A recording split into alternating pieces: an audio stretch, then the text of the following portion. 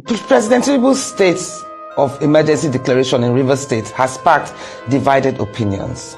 Some say it was a wise move to prevent further destruction and political turmoil, while others argued he used the federal minds to reinforce godfatherism instead of protecting democracy. What's your take on this?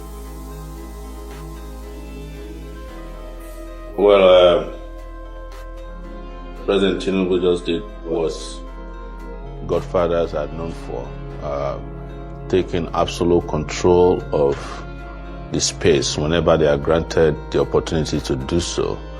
But he's not just doing it as a godfather, he's abusing his position as the President of the Federal Republic of Nigeria. And what is interesting is that there is a conspiracy around this. All the arms of government at this point are being handled by three major godfathers. Number one is the FCT minister, who is now clearly before Nigerians in charge of the Nigerian judiciary. The Senate president, who also is clearly in charge of the legislative arm, and President Tinubu, who has brought in the executive. These three conspirators were both former governors, senators, and some of the people that I have described as having risen through the ranks of impunity and made it to the top. That's why Nigeria is in trouble with what they did. Don't forget, this same President Tinubu, when he was Lagos State Governor, promised the President of Nigeria then that if he declared a state of emergency in Lagos, that would be the end of democracy. He's president now, and he has done it, and he has done it with absolute power, and daring the Nigerian people to challenge him or do anything about it. This is very unfortunate. But as you have seen, this might as well be the beginning of the downfall of more godfathers. Yeah. So many compare Tinubu's control over Lagos to Wike's grip on Rivers. Does Wike aspire to replicate Tinubu's model of political dominance? What are the differences in their influence?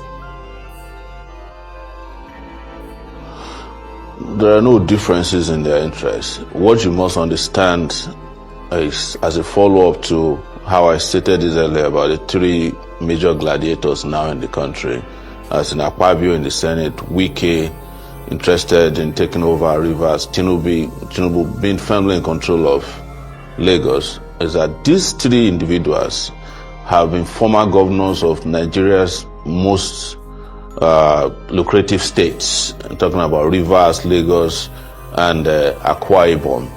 And what they want to do, this is all about resources, and they want to hijack and control these states and control the entire country, silence everybody who might want to have a difference of opinion, and then just move on to consolidate their total control. In some cases, and you will see more of these, criminal control of the Nigerian political and social and economic space. This is referred to as state capture. That is what you are saying. But do you think that's the ultimate aim? About 3 weeks ago. Do you think that's the ultimate aim for most governors? He did it in Lagos. The speaker was... No, for most governors generally. The speaker was removed. Oh, sorry, finish your sentence before I throw in my question. So I'm not here to discuss what a governor prefers or not. I'm here to discuss what is unacceptable to the Nigerian people, to the Nigerian polity, and how people who are carrying out this impunity that we are discussing today should not be allowed to continue in their impunity against the democracy I fought for, and that the people of this country ought to be benefiting from. I'm not participating in their fight. Honestly, this is their own fight. We are supposed to lead them to destroy themselves. But they are not destroying themselves, they are destroying the country. Because at the end of the day, what they are trying to do in Rivers is to get Rivers prepared in such a way that when they come back again, there will be no resistance. Like I said, I don't know what will happen to Fubara. I'm not his therapist, and I don't know whether he'll come back the way he left or not, but it's obvious that the way he folded up was too quick. Let me say this to you. When Wike was governor of Rivers State, nobody could have done this to him without consequences. he would have shut down the whole place. Now Nobody knew that. When Tinubu was governor of Lagos, he would never have accepted a state of emergency in Lagos. So why is it that they think they can get away with this? It's a question we should be asking, and why they must be resisted to ensure they don't get away with this, not a day longer than they have had it. Okay. So they don't read the mood of the public, apparently, but they will soon find out that this is not just one of the things that they can do and get away with. Well, simply put, the president does not have the powers to suspend the governor. It's akin to saying somebody making a press conference and suspending the president. The president is elected, he's an elected official, an elected member of government. The president represents the generality of Nigerians. The governor of Rivers State, the members of House of Assembly of Rivers State, they represent the generality of the Rivers people. So they are not appointees of the president. They are not aides of the president. The principle of he who hires fires cannot apply in the instant case. Therefore, the president cannot just wake up after eating amala and fire them. Is that what he ate? I suspect much. I like amala. Yes, I think it's very tasty. Indeed it is. But he just cannot do this.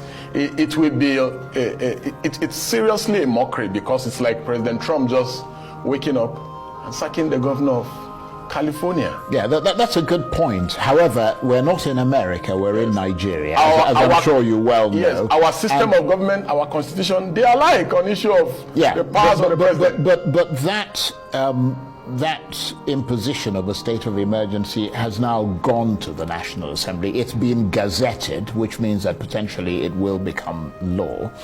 If the National Assembly were to muster the 2/3 majority in favor of the president, that would essentially be it, wouldn't it? But this is to tell you that this president does not believe in rule of law. He does anything he likes. The constitution is very clear. Before you do this, you must take certain steps. The steps were not taken. Yeah, but that's why there are checks and balances. Now the president, and a check would be the National Assembly. Now the president has done it. Has even sworn in a new governor for Rivers State. Well, he's sworn in an administrator. Yeah, he's a governor. So he has sworn in a new governor. I like that. He has sworn in a new governor for Rivers State. He has not gotten the 2/3 majority, but he has done it anyway. So what he's saying is, I don't need the National Assembly for anything. I don't even need the electorate. The people of Rivers State who voted, Sim Fubara, who also voted for Bola Ahmed Tinubu, he's saying he doesn't need them. Well, he didn't say that. No, that's what he's saying by his actions. The implication of his action is that I don't need these people. But I can so much on my own do whatever I like. But he did say, though, that he had sent it to the National Assembly for the Assembly's assent. So why didn't he wait for the National Assembly to assent? I have no idea. Yeah, because he doesn't. This man bought a presidential jet without approval. Till today, we are going to resist them. We are not violent people, but we're going to resist them, and there are several ways to make a statement. So I don't think he's going to, this is a Pyrrhic victory for Wike and Tinubu. Let's do things the proper way. We have a situation where we are talking about governance, good governance for that matter. This state is so blessed. And that is why they want to remove the governor. Tinubu was not elected. Tinubu was selected. And he was forcefully declared. And that is why he can come out again and declare nonsense. Because it was nonsense declaration that made him president. And that's why he came again and declared nonsense again here. But there is calmness in Rivers State. Which calmness? Rivers State has been calm. Rivers State has been calm. Rivers State has been calm. Are we not living in Rivers State? Have you ever heard crisis in Rivers State? Where will you come and declare state of emergency? Like I earlier said, probably the state declaration was to further... Further what? When the case is in court, further what? You know, Wike is control Rivers State, control all the whole Nigeria. So seems they don't blame, so nothing else again. But it's not a good thing. Fubara is too gentle, and the opponent has been watching him, and they are working against him because he's too quiet. They have tested on it. Immediately, Supreme Court announced their rubbish judgment. He quickly accepted, and that is why they now knew that when Tinubu will wake up and also announce his own rubbish, that he will accept it, that nothing is going to happen. Before this time, even before the Supreme Court judgment, Wike did party in his house, celebrating before that useless judgment. Now, before this impeachment, Wike has also come out in television and declared that heaven will not fall. Simply mean they have already planned it, that they are going to impeach him.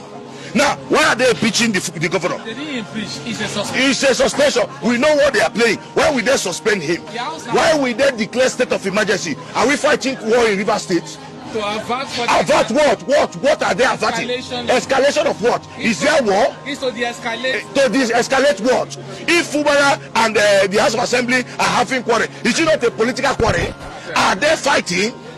Are we fighting war in Rivers State? Are we having a natural disaster?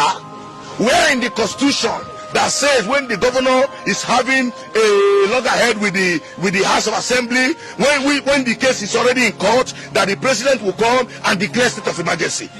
There's a Supreme Court verdict judgment ruling what? Yes. If the Supreme Court have ruled that the House of Assembly should come back and the local government is non and void.